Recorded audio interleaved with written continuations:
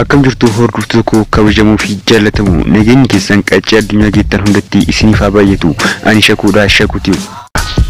Egaa har'as viidiyoo isin fayyada jedhe tokko qabadhee gara keessan dhufee jira.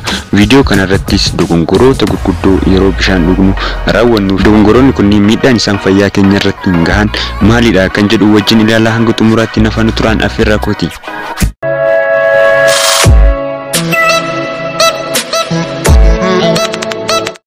Bishaan qaama keenyaaf faayidaa guddaa fi gaarii akka ta'e hundi keenya iyyuu ni beekna. Garuu meeqa keenyatu yeroo bishaan dhugnu karaa sirrii hordofa laata? Walumaan kan laallu ta'a. Guyyaa keessatti hammi nuti bishaan dhuguu qabnu akka fayyaa keenyaa fi akka umurii keenyaatti murteeffama. Garuu beektotaaf guyyaatti hanga liitira 2tti bishaan dhuguun barbaachisaadha jedhamee gorfama. Faayidaa bishaan irraa argatamuu qabu guutumaan guututti argachuudhaaf garuu dogongoroota kanneen beeknee of sirreessuun gaariidha. Tokkoffaa bishaan yeroo nyaannuu fi yeroo nyaachuu yennuu fi yeroo nyaanne dhuguu. Adeemsi kun haalli daakumsaa akka sirriitti hojii isaa hin raawwanne taasisa. Inni lammaffaan immoo bishaan sirriitti qorraa ta'e dhuguu. Adeemsi kun immoo dhiibbaa fayyaa hedduu irratti geessisuu malees faayidaa bishaan irraa argannu akka dorgamu taasisa.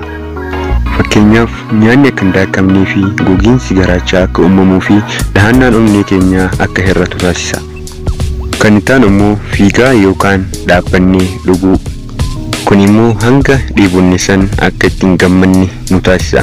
Gama birootiinis nyaanni sirnaan akka hin daakamnee fi hanga daddarbuu qabu akka hin daddarbine taasisa. Akkasumas bakka lafeeleen keenya wal quunnamanitti jiidhiinsi akka hir'atu taasisa. Sababni isaas yeroo haala kanaan bishaan dhugnu bakkeewwan lafeen keenya itti wal quunnamutti bishaan akka hin geenye taasisa waan ta'eef.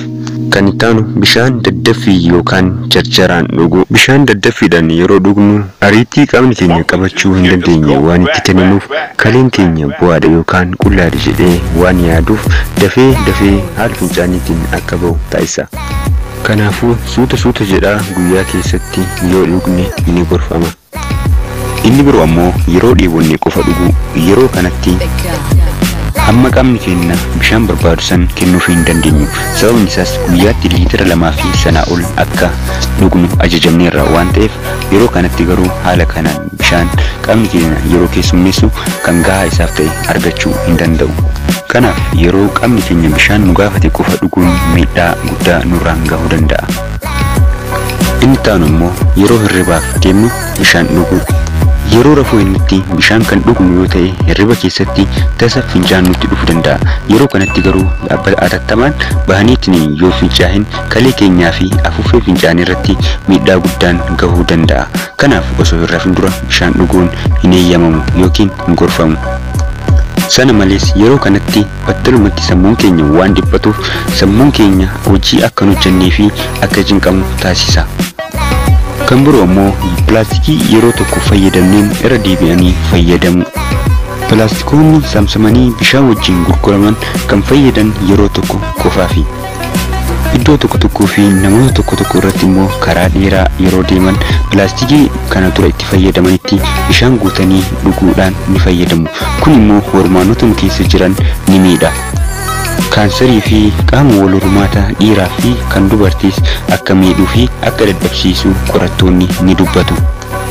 Dabalataanis pilaastikii yeroo tokko itti fayyadamne irra deebinee akka hin fayyadamnee fi yoo danda'amaa ta'e waan pilaastikii irraa bilisa ta'etti akka bishaan keenya dhugnu ni gorfamna.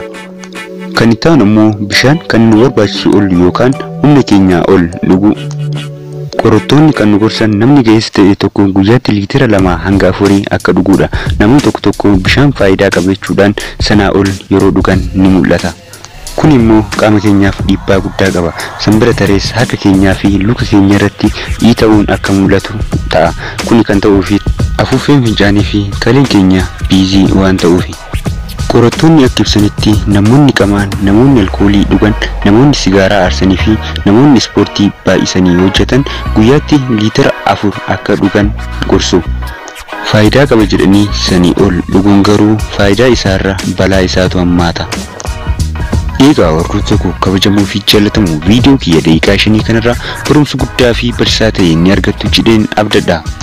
yeroo biraa viidiyoo kana caaluun hanga walitti deemuutti nageenyi keessan qaccee addunyaa geettan hundatti isiniif haa baay'atu. Ani kan isin waliin ture Shakuudha Shakuuti. Warroonni chaanalii kanaaf haaratan chaanalii koo subscribe gochuudhaan maatii chaanalii kanaa ta'a. Yeroo hundumaa odeeffannoo barsiisoo fi bashannansiisoo ta'an ni argattu. Subscribe gochuudhaan maatii akkanaa taatan isin gaafadha. Bye.